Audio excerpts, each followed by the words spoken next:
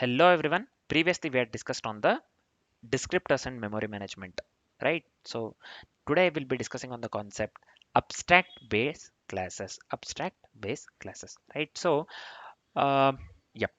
Let's move on with the definition part first. So here, what does the definition say? Abstract base classes (ABCs) in the Python define a blueprint for other classes by enforcing certain methods to be implemented in the subclasses, right? So again, abstract base classes ABCs in the Python define a blueprint for other classes by enforcing certain methods to be implemented in the subclasses. They are the ABC module and can be instantiated directly. Again, they are the ABC module and can be instantiated directly. So after finishing of this definition part, let's move on with the further things, right? So here, let me come to the let's discuss some other points before getting into the example part, right? So Python supports abstraction through the ABC, nothing but abstract base class module, right? So Python supports abstraction through the ABC, nothing but abstract base class module. And ABCs are useful when you want to ensure all the subclasses follow a particular structure, right? So ABCs are useful when you want to ensure all subclasses follow a particular structure, right? So example also I have mentioned here, implement certain methods, right? So to implement certain methods, again, uh, they are created by inheriting from ABC and using the at abstract method decorator. So this one is very important. Just keep this point in the mind, man. They are created by inheriting from ABC, nothing but the abstract base class using the at abstract method decorator, right? So attempting to instantiate a class that hasn't implemented all abstract methods will raise an error. What it will do? It will raise an error.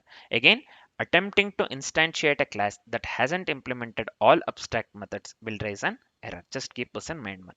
Right? So now, this is it for the definition part and some important points on the abstract based classes, right? So let's get into the definition part. Let's see the let's get into the example part. Let's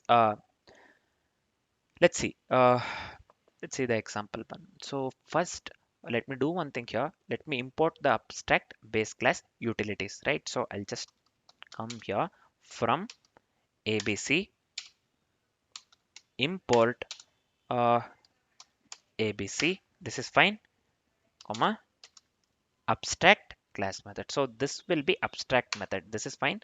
Yep, this is fine. Now let's do one more thing here. Let's define an abstract base class. Let's define an abstract base class. So I'll just go with a class animal. So let me pass ABC here. This is fine. So within the animal class, let me go with the abstract method. So I'll just go with the abstract method, right? So let me go with abstract method. So this is fine. Now let me go with the method sound. So I'll just go with the def sound. So this is fine. So let me call self here. As it is Python, we have to go with the self, right? So um so we are just going with the abstract method, right? So no implementation. So I'll just give the pass keyword here. This is fine. Yeah, now let's go with the subclass implementation. Means we will go with the subclass that implements the abstract method, basically animal, right? So let me go with a class. We have considered animal, right? So this will cause an indentation. Just give me a second here. Class. So let me go with a method name that implements animal. That implements animal. So this is fine. Now, same, exact same thing, right? So let's go with a sound method. So I'll just go with a def sound here. This is fine. Sound self. This is also fine. Return. Let's return something, man. Within the string, let me return bark. So this provides the implementation. We have purely went with the abstract method. We are not implementing anything. So that is the reason we have given the keyword pass here. Means abstract method, no implementation. Here class dog, whatever I have given, what we are doing, we are providing the implementation. Means this provides this particular method sound in the within the dog method. This provides the implementation because we are returning the bark within the string, right? So next, let's go with a subclass that implements the abstract method. Let's go with a subclass that implements the abstract method. Here in this case, class. So this will be cat. So again, implements animal. So this one is fine. We are going with a subclass cat that implements the abstract method animal. So next again, let's go with a method sound here. So this is fine. So in this case, let's go with a return meow, right? So this also provides the implementation. These two provides the implementation, right? Dog and cat method.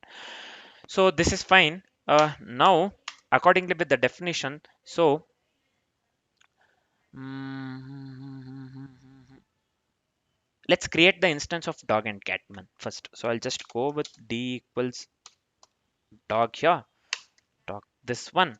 This is fine.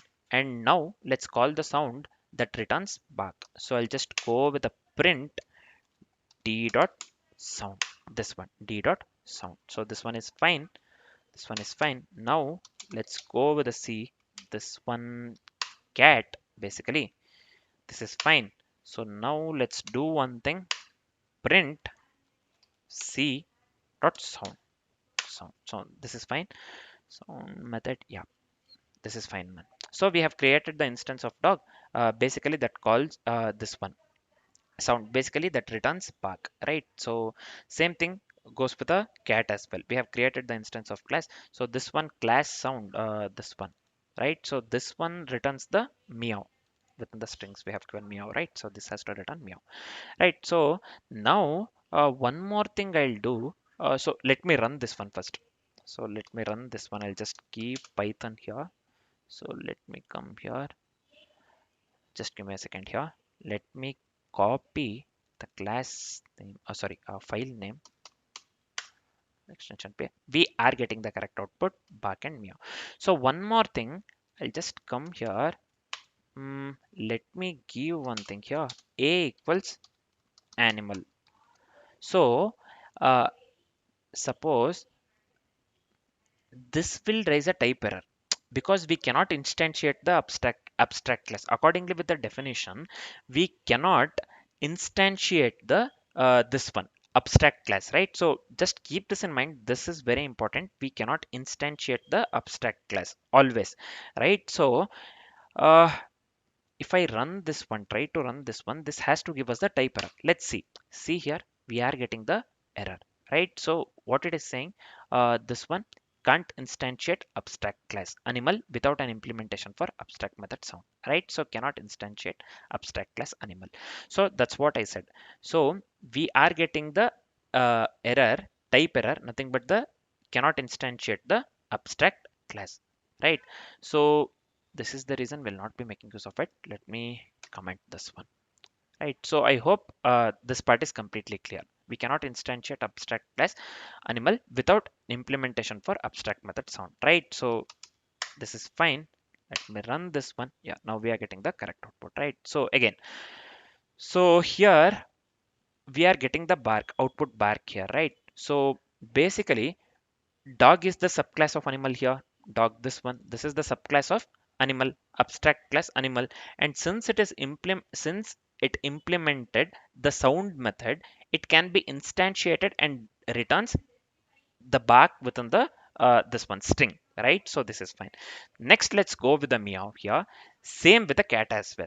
Same with the cat as well, right? So since it also implemented sound method, we are calling the method sound will return the meow, will return meow. So here we have given meow within the strings, right? So yeah, we are getting the correct output, bark and meow, right? So this is it for the abstract base classes, right? So we have discussed abstract base classes in detail. Now let me summarize whatever we have learned so far. So just keep these things in the mind. Abstract base classes define, required methods without providing the implementation. Name itself suggests that this is abstract base classes, right? So name itself suggests it is abstract base classes. So abstract base classes define require methods without providing implementations. The second one is subclasses must implement all the abstract methods to be instantiated, right? So the third one here would be it is useful for designing frameworks or enforcing consistent APIs, right? So this is very helpful for designing frameworks or enforcing consistent APIs. And the final one here would be we have to attempt to instantiate an ABC directly. We have to attempt to instantiate an ABC or the abstract base classes directly or without implementing abstract methods, right? So this results in a type error. Attempting to sorry, I said this one wrong. Again, listen to this. Attempting to instantiate an abstract base class directly will result in a type error. Sorry, I got confused, man. It will result in a type error. That's what we saw at the ending, right? Right. So again, attempting to instantiate an ABC or the abstract base classes directly results in a type error. So these things you have to keep in mind, right? So we are done with the abstract base classes. Next, we will be discussing on the type hinting and static typing, right? Next, we'll be discussing on the type hinting and static typing. For now, this is it. Thanks for watching, guys.